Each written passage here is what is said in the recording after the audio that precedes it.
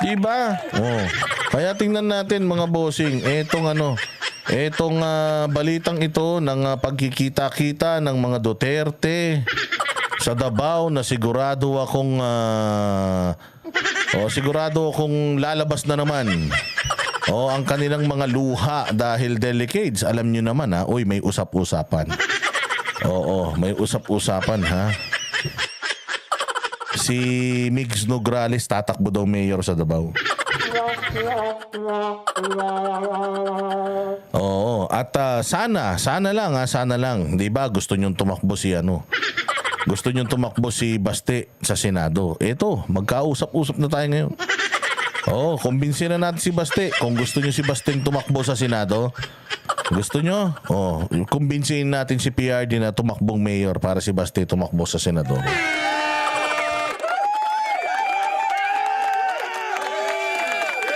Kailangan kasi ng mga Duterte ng immunity. Kasi kung mayor lang, medyo kakawawain sila Malakas kasi sila sa 2028 parehas ni Inday Sara. Si Inday, sinabi ba naman ni Inday na tatakbong presidente yan sa 2028?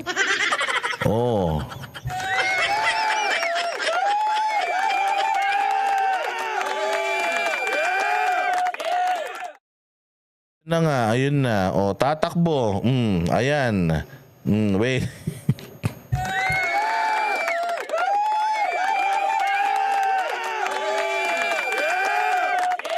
Okay. Okay, sige.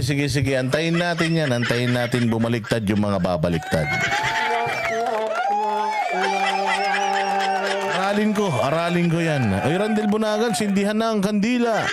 Ito na ang team 2x2 na buhay na. Ayan na, kung gusto nyong tumakbo, si PRRD, ay si Basti Duterte, papatakbuhin nyo si PRD na mayor sa Davao. Kasi delikado Hindi, ito gusto ko lang malaman ninyo na ito yung nakikita kong sitwasyon. Bakit lumakas ang loob ng Migs Nograles na tumakbong mayor? Yung tatay nga nila Yung tatay nga nila dating Speaker of the House. Ilang beses nilabanan ang mga Duterte, hindi nanalo. So, what made this Migs Nograles think na kaya niyang talunin etong si Basti Duterte sa pagka-mayor sa Davao? May gagawing hocus-pocus ang mga ito.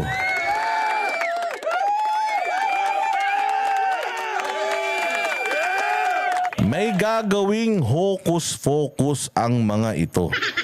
Kaya matapang itong babae na ito na tumakbo na mayor sa Davao at alam niya na kayang-kaya niyang talunin si Baste dito sa Davao. Ay ng toko, alam niyo na kung bakit. Alam niyo na kung papaano. Ngayon, hindi natin sinasabi na mahina si Baste. Ito aking opinion lang Hindi ko sinasabing mahina si Baste. Malakas siyempre, Duterte yan Kaya lang, iba kapag ang kalaban mo kawatan. Di umano. Iba pag ang kalaban mo may pera, may backing ng administrasyon, may backing ng Speaker of the House. At lalong-lalo na may backing noong mga kaibigan ni Kati Binag. Ibang usapan yan. Kasi kung si Basti Duterte ay lalaban ng patas, baka talunin siya nung lalaban ng hindi patas. So ang kailangan natin para ang Davao, para sa akin lang to sana nakikinig kayo, kung hindi naman okay lang. Pero para sa akin lang, sana tumakbo na lang si PRRD sa Davao kasi kung si PRRD ang tatakbo sa Davao, I am certain na kapag natalo si PRRD magkakagulo talaga diyan. Puta, imposible talunin siya nito.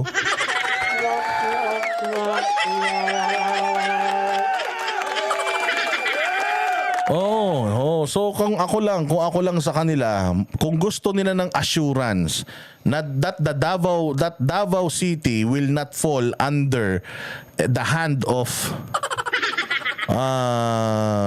someone that is friends with the former friends of Kati Binag, dun tayo sa sure win. Kung sure win ang gusto natin, PRRD, patakbuhin na natin.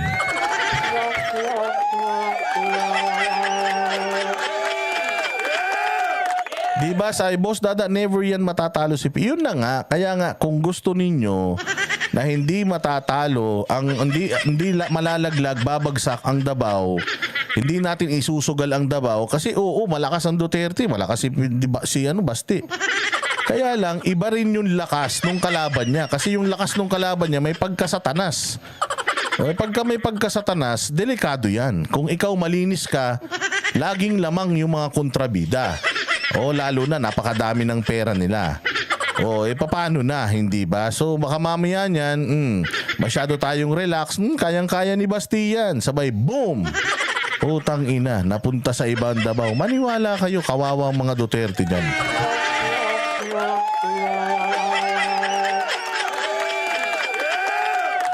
Yo, nasa kanilang administrasyon. So, yung sino ba ang nagbibigay ng pondo sa Comelec? Hindi natin sinasabi na ang Comelec ay ang Comelec ay sangkot sa mga ganyan. Pero 'di ba, maraming mga expose na ganito, na ganire, na ganito, na ganyan, na hindi naman nila binibigyan ng linaw. O paano kung totoo? Paano kung talagang kaya nilang manipulahin yung eleksyon? Kapag si PRRD ang tumakbong mayor, hindi na nila mamamanipula. Bakit? Tangina, imposibleng matalo siya nung Migs Nograles. Yung tatay nga na dating Speaker of the House, hindi nga siya natalo-talo Ngayon pa kaya?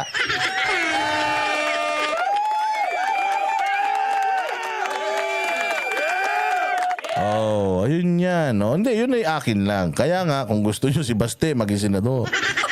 Ano yun natin? Patakbuhin natin si PRD. Meron na lang tayo 5 araw, Diyos mio.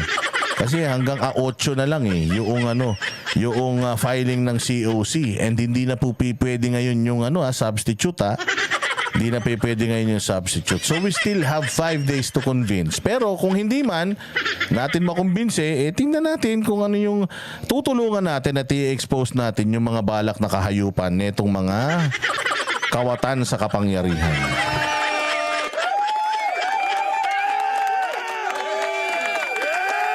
So ito, pakinggan ninyo mga bossing itong pagkikita ng 4 na mga Duterte na pag-asa ng bayan. Kaya nga sa thumbnail ko nakalagay ang mga pag-asa ng bayan, the second coming of the Dutertes. It's lovelier the second time around. Ito, tingnan natin tong balitan to.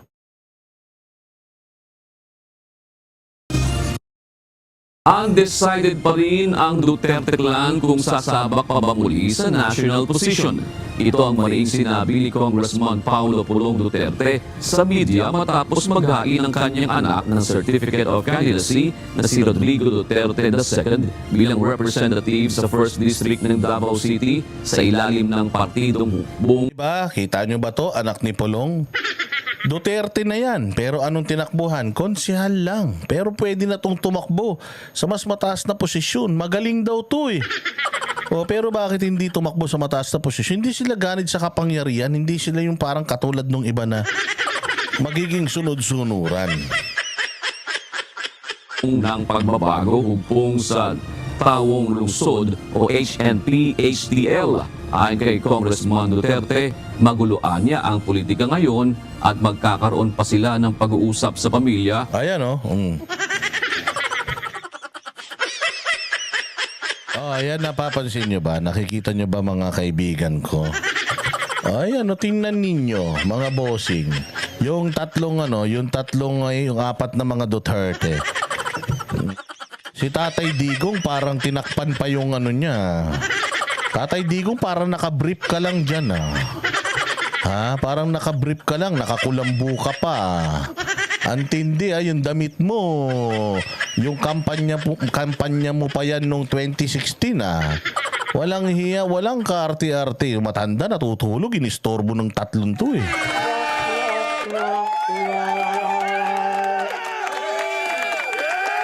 diba? Oo delikado to. PRD. Baka mamaya kakabunot lang niya ni PRD, inistorbo nyo na. Pero kita mo kung gaano ka-powerful itong picture na to. Itong picture na to kahit na walang sulat, pucha. Buong Pilipinas ang nag-aalala. O dahil sa tuwing mag-uusap-usap ang mga ito, may mga nalalaglag na bunga.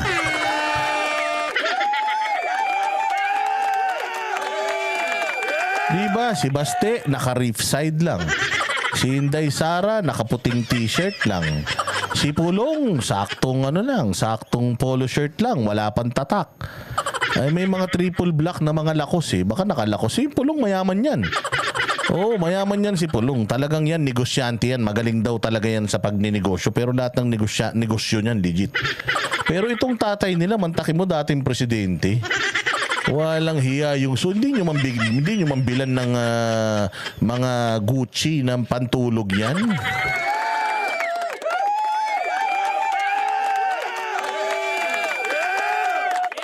Kung ano ang magiging plano nila sa eleksyon. Wala ako kabalo kay sa karon ng akong asawa o akong duha ka anak murag di naman ganahan nga mo lansar ko kay tungod aning gupot lagyan Hindi niya. pwede. Ito naman si Pulong eh. Kayo na lang pag-asa ng bayan eh. Ayaw nyo pang magsitakbo. Yung iba nga ayaw ng tao sa kanila eh. Takbo ng takbo yung mga putang ina. Kayo, gusto ng tao sa inyo, ayaw nyo naman. Walang hiya naman talaga oh. Alam mo parang ito yung mga kapitbahay namin na putya yan, pilit ng pilit mag-apply mag-abroad, hindi natatanggap. Samantalang may mga kaibigan naman ako na dinadala ng mga magulang, kinukuha ng mga magulang sa abroad, ayaw naman. Oo, ganun din tong mga to eh. Maraming mga walang karapatan ang tumatakbo sa kapangyarihan. Mga mga kawatan, mga walang alam sa buhay na mga gustong maglingkod sa bayan. Putang ina niyan. Hindi ko alam kung gustong maglingkod sa bayan o gustong magnakaw sa bayan. Samantalang kayo, mga Duterte, Diyos mio, tao nang may gusto sa inyo, ayaw nyo pa. Uy, ganun talaga buhay, Pulong. Oo, ganun talaga buhay. Wala, kayo ang kayo ang napili ng langit, masyado nyo binaitan. Sana kasi nagnakaw-nakaw din kayo nung panahon ninyo para hindi kayo pinipilit ng mga tao tumakbo.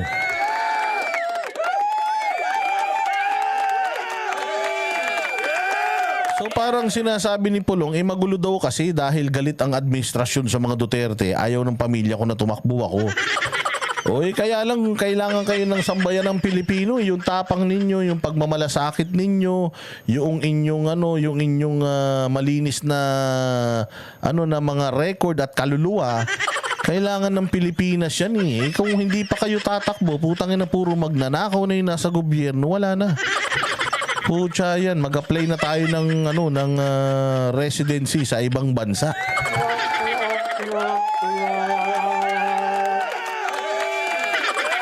Takbo ng takbo, huwag kayong mahiya na magkakapatid kayo. Putang ina. Family reunion na nga sa Senado eh. Pucha yan, dun nga sa Batangas eh. Oo, sila Vilma Santos nga, buong angkan nila, pati yung mga ari-arian nila tumakbo na eh. Sa eleksyon eh. Oo, wala minsan kasi yung mga makakapalang mukha, yun pa yung mga walang karapatan. Eto na mga matitino, ang ninipis naman ng mga mukha. Oh, kapal-kapal lang ng konti ng mukha, Pulong. Huwag nyo nang isipin yung sasabihin ng tao. Importante may nakakatulong kayo. Marami dyan mas magkakapatid, magpipinsan, puta, ibang magsusyota pa eh. Oh, huwag nyo nang isipin yun. Basta takbo lang takbo para sa bayan. Administrasyon agin sa mga Duterte. So, amo pastoryahan pamilya kung sagid. May bala na ninyo. Anto October 8 naman itong filing. Yun, ang mabigat doon. Oh, so nag-iisip pa siya. Meron pa tayong sinasabi ko nga sa inyo. We still have 5 days to convince them. We still have 5 days to convince them sa mga sa mga gusto nilang takbuhan. At gusto natin na takbuhan nila. So, let us just hope and pray na itong mga Duterte na ito ay topakin at magsitakbo talaga sa matataas na posisyon, no? Matataas na posisyon. Yung Davao maunlad na yan. Ibigay niyo na kay PRD yung Davao. Para sa akin lang ibigay mo na yung kay PRD yung Davao kasi mahal naman yung PRD yung Davao. Gusto naman niya nasa Davao lang siya. Bigay na natin yun sa kanya, kayang-kaya niya na yan. with all your hardworking employees, tapos yung leadership ni PRRD, o bigyan nyo na lang si PRRD ng vice mayor na maaasahan dyan sa Davao, gagana na yung Davao. Davao is already a made city. It is established. Oo, kailangan natin mabigyan kayo ng mga ng mga immunity. Kaya at dahil sigurado target kayo ng mga politiko sa 2028. Kaya pumunta kayo sa Senado, magkaroon kayo ng immunity. O tapos, pucha, kunin nyo ulit ang Pilipinas mula sa mga magnanakaw. O di hayahay ang buhay ng mga Pilipino.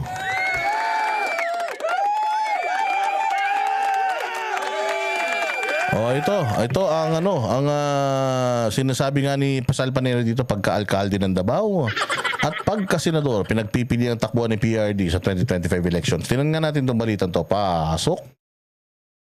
Legal Counsel na mayroon siya. Inihayag ni dating Chief Presidential Legal Counsel na mayroon siyang 2 posisyon na nais takbuhan ni dating Pangulong Rodrigo Duterte sa 2025 midterm elections. Kung ano ito ating alamin sa report ni Almar Farsuelo.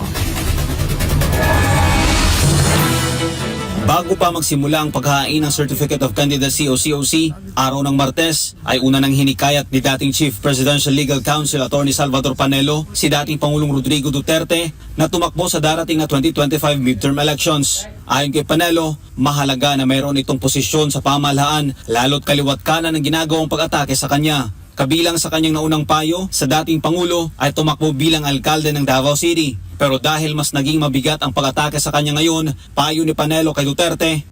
Ang aking payo po kasi, tumakbo siya ng alkalde. Yan ang una kong payo sa kanya. Matagal ko na sinabi sa kanya.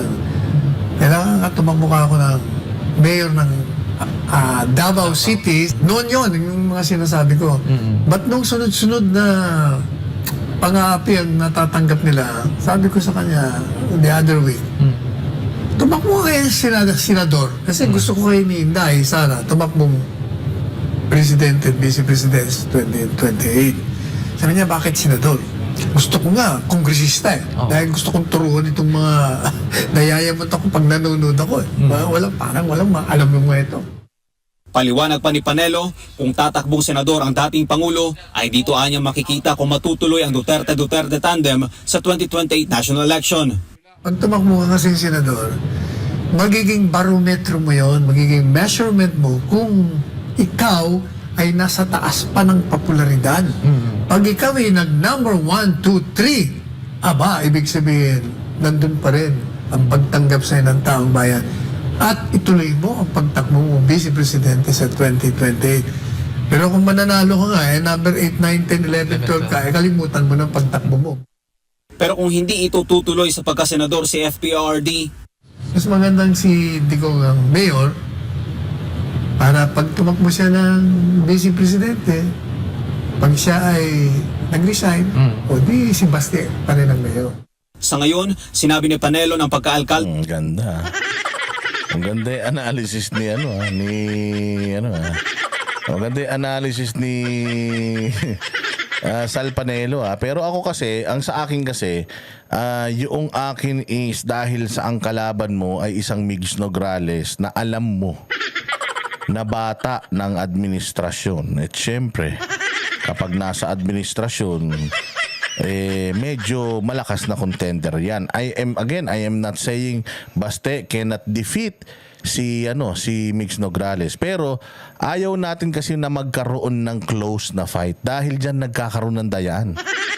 Kapag close ang fight sa local government, diyan nagkakaroon ng dayaan. Minsan nga nagtotoss coin pa diyan 'Di ba? Kaya gusto natin decisive.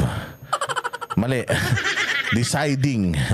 Deciding na pagkapanalo yung kailangan natin as much as possible, landslide. Kung gusto natin ng landslide, para yung Nograles, mawala na rin sa Kongreso yan. Yung Migs Nograles, so di ba, di makahinga man lang tayo, yan ang nagpatanggal ng prangkisa ng Seminay. Yan ang isa sa mga binigyan nila ng break dati para makilala Tinulungan ng Davao para manalo sila Tapos sila pa yung mga bumabatikos ngayon sa mga Duterte. So, ayaw natin na mapunta ang Davao. Napakaganda ng Davao. Ayaw natin na mapunta ito sa mga lahing mga mga ewan, no? Gusto natin manatili yung Davao sa mga sa mga tamang tao para naman, 'di ba? Para naman dire-diretso ang progreso. Di yan mananalo si Nograles. Alam na ng Davao yan. Ayun na nga, nandoon na nga tayo. Yun ang gusto nyo. Paano nga kung hinukus-pokus nila kasi konti lang yun lamang. Paano kung ganun, di ba? Kaya nga gusto natin, kung gusto natin ng sure win, kumbaga, kaya nga ang ang Team USA pinagsasama-sama nila lahat ng pinakamagagaling na player nila Pag dinambakan nga nila yung mga kalaban nila, milya-milya yung layo Kasi nga, gusto nila na, kasi nga pagkadikit ang laban, mas delikado. May pwede kang manalo, pwede kang matalo. Pag malayong-malayo yung agwat, di yung mga bangko mo pwede mo nang gamitin, di ba?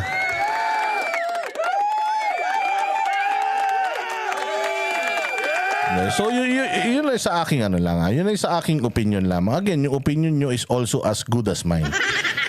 Pero yun lang ay sa akin. Kung gusto ng sure talaga, PRD. Pero kung si Baste, okay lang din naman. Kayang-kaya niyang talunin yung mga Nograles. Basta, sisiguraduhin yung mga tiga Davao, ilalaglag nyo talaga yung Nograles. As in, kailangan milya-milya ang layo. Dahil kung dikit, delicate yan. Kayang-kayang dayain yan. Ilang beses nang nadaya ang natin, eleksyon.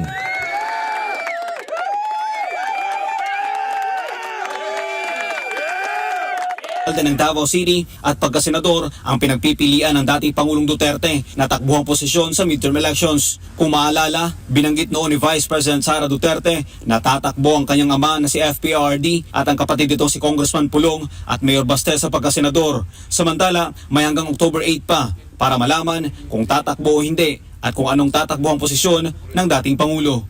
Para sa Diyos sa Pilipinas kung mahal Almar. Ayun, palakpakan. Ngayon ko lang nakita to actually, itong balitang to. Ngayon ko lang talaga to nakita. And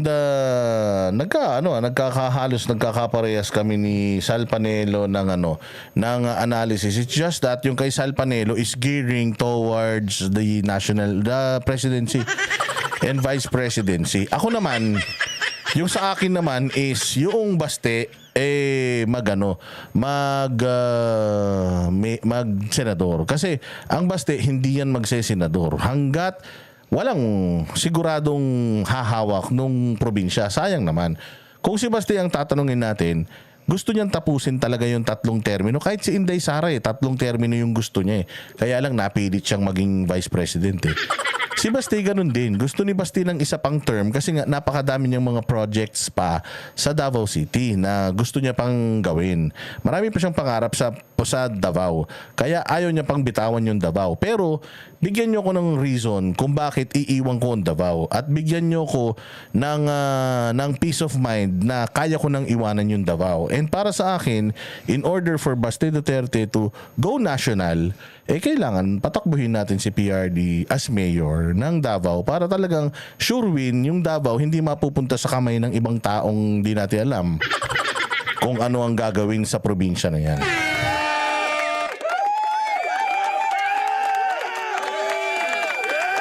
Do you agree with me? Do you agree with me? Baka hindi naman kayo nag-agree tingnan natin mga bossing yung mga Ayan, kahit hindi Duterte ang namakalaban ni Nograles, hindi pa rin yan mananalo. How sure are you? How sure are you?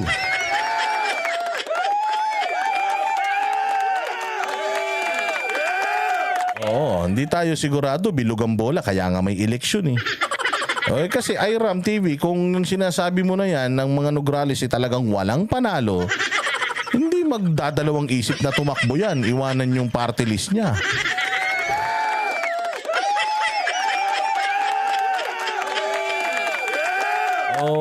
Kasi kung titingnan ninyo, mas magkakaroon ng silbi si Pulong sa Senado kaysa kay PRD. Kasi siyempre si PRD may edad na. Siyempre kung inaabot ng gabi yung mga session dyan. Pag inaabot ng gabi yung mga session, mga bossing, nako po.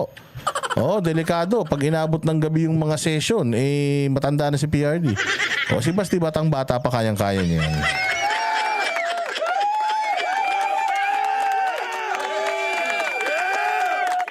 Pero tingnan natin. Tingnan natin mga bossing kung ano ang mga magaganap. Ito akin ay forecast lang, pwede akong mali, pwedeng magkatotoo. Pero it's still up to the Dutertes. Mas matalino sila kaysa sa atin. Sigurado ko alam nila kung anong gusto nilang gawin at ipa-prioritize nila kung ano yung gusto nilang i-prioritize. So let us give them time. We still have 5 days though. So let's just wait for 5 days. Maybe magkaroon tayo ng biglang surprise. Kasi yun ang maganda eh. Yun ang maganda sa mga Duterte. Yun ang maganda sa mga Duterte kasi unpredictable sila. Kumbaga sa boksingero, kaliwete. Unorthodox.